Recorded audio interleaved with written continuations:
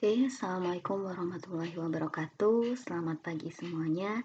Hari ini untuk mata kuliah Ekonomi Kesehatan, kita akan membahas mengenai konsep ekonomi kesehatan. Adapun outline untuk pertemuan kedua hari ini terdiri dari 5 outline. Yang pertama mengenai konsep ilmu ekonomi, yang kedua mengenai konsep ilmu ekonomi kesehatan, lalu yang ketiga kita akan membahas mengenai hubungan ekonomi dengan kesehatan, kesehatan dengan ekonomi, lalu yang keempat kita akan membahas mengenai peranan ekonomi kesehatan dalam pembangunan, dan yang terakhir dalam outline hari ini adalah mengenai ciri khusus pelayanan kesehatan. Baik, kita lanjut ke outline yang pertama kita, yaitu mengenai ilmu ekonomi. Nah, sebelum kita membahas mengenai definisi ilmu ekonomi, sebagai pengantar dari konsep ilmu ekonomi, kita mengetahui bahwa kebutuhan manusia itu sangat banyak. Begitu pula dengan yang namanya keinginan manusia, itu tidak terbatas. Di mana hal ini berseberangan dengan realita bahwa sumber daya kita ini terbatas. Oleh karena itu, menjadikan kita, seseorang, itu memiliki yang namanya membuat pilihan antara need atau want. Nah, ketika kita harus memilih, kita dihadapi dengan pertanyaan-pertanyaan dasar ekonomi, yaitu apa yang perlu kita produksi, bagaimana kita memproduksinya, lalu untuk siapa distribusi produksi tersebut, lalu bagaimana konsumsi yang efisien terhadap produksi tersebut. Nah, cara masyarakat untuk menjawab pertanyaan-pertanyaan ilmu ekonomi itu berbeda-beda. Maka muncullah teori-teori ekonomi. Secara definisinya, menurut Samuelson, ilmu ekonomi adalah ilmu yang membahas tentang bagaimana penduduk melakukan pilihan dengan memanfaatkan sumber daya yang terbatas untuk memproduksi, mendistribusi, dan mengkonsumsi komoditas yang dibutuhkan, baik untuk saat ini ataupun masa mendatang. Lalu pada edisi tahun 1995, dinyatakan bahwa tujuan ilmu ekonomi itu adalah untuk meningkatkan kesejahteraan masyarakat sehari-hari. Nah, dilihat dari definisi di atas dan tujuan ekonomi itu sendiri, terdapat kata-kata kunci mengenai ilmu ekonomi, yaitu mengenai choice, pilihan, mengenai produksi, distribusi, dan konsumsi, yaitu juga mengenai komoditas, dan berkaitan juga sekarang dan yang masa akan datang. Lalu kata kunci yang penting lainnya adalah mengenai keterbatasan sumber daya. Lalu tujuan ilmu ekonomi adalah kesejahteraan masyarakat. Baik, kita masuk ke kajian ilmu ekonomi. Pembagian ilmu ekonomi itu berdasarkan lingkup dan unit atau lingkup observasi kajian itu terdiri dari dua, yaitu mikroekonomik dan makroekonomik. Lalu apa yang dimaksud dengan mikroekonomik? Mikroekonomik adalah bagian ilmu ekonomi yang menganalisis mengenai bagian-bagian kecil dari keseluruhan kegiatan perekonomian. Itu contohnya apa? Atau apa yang dianalisis di mikroekonomik itu sendiri, yaitu perilaku konsumen, lalu berkaitan juga dengan supply, demand, dan elastisitas. Lalu apa yang dimaksud dengan makroekonomik? Makroekonomik adalah analisis atas keseluruhan kegiatan perekonomian. Analisisnya ini bersifat global dan tidak memperhatikan kegiatan ekonomi yang dilakukan oleh unit-unit kecil dalam perekonomian. Contoh untuk makroekonomis adalah tentang kebijakan fiskal, kebijakan moneter. Nah, dalam pendekatan ilmu ekonomi, dikenal dua pendekatan analisis ekonomi, yaitu positif ekonomik dan normatif ekonomik. Pertama, tentang positif ekonomik. Positif ekonomik ini adalah cara pendekatan untuk menjelaskan mengenai fenomena-fenomena atau kegiatan apa adanya. Lalu di pendekatan ini tidak menilai apakah kegiatan tersebut baik atau buruk. Lalu pendekatan yang kedua, normatif ekonomik. Normatif ekonomik ini dikenal juga sebagai welfare economic. Yang maksud dengan pendekatan ini adalah bagaimana kegiatan ekonomik itu direncanakan dan dilakukan, atau kita katakan sebagai apa yang seharusnya.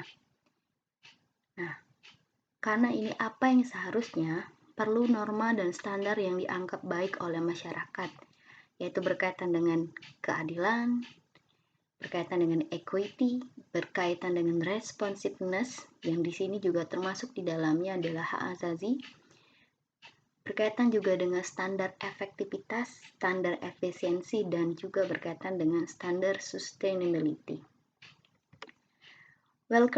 Welfare economic ini adalah juga dikatakan ekonomik yang banyak didorong oleh nilai-nilai normatif atau norm.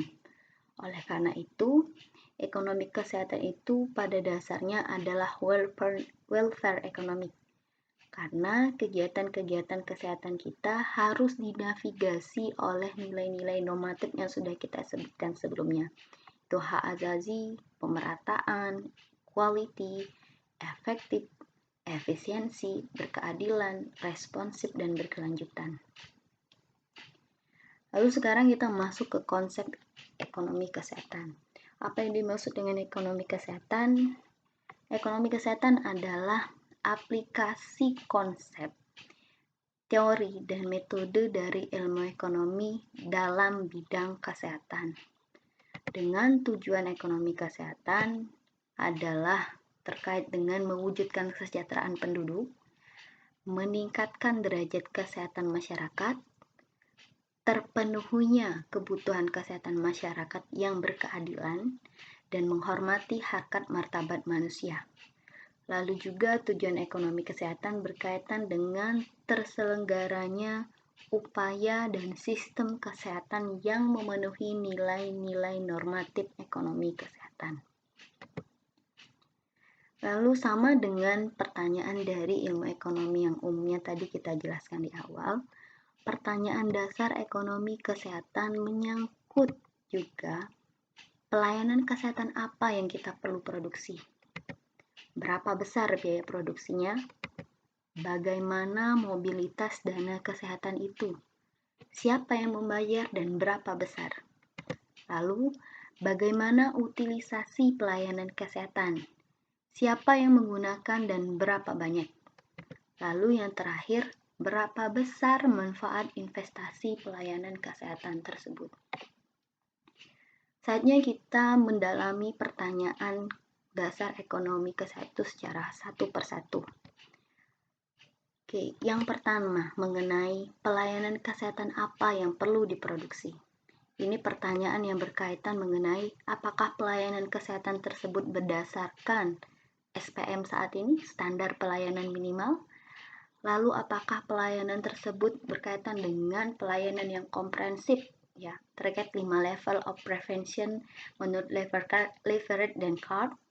Apakah juga pelayanan kesehatan yang kita perlu produksi ini juga seperti paket manfaat BPJS Kesehatan yang terkait di dalamnya preventif, promotif, kuratif, dan rehabilitatif. Lalu apakah pelayanan yang kita produksi itu berkaitan dengan kebutuhan masyarakat atau berkaitan dengan permintaan dari masyarakat itu sendiri.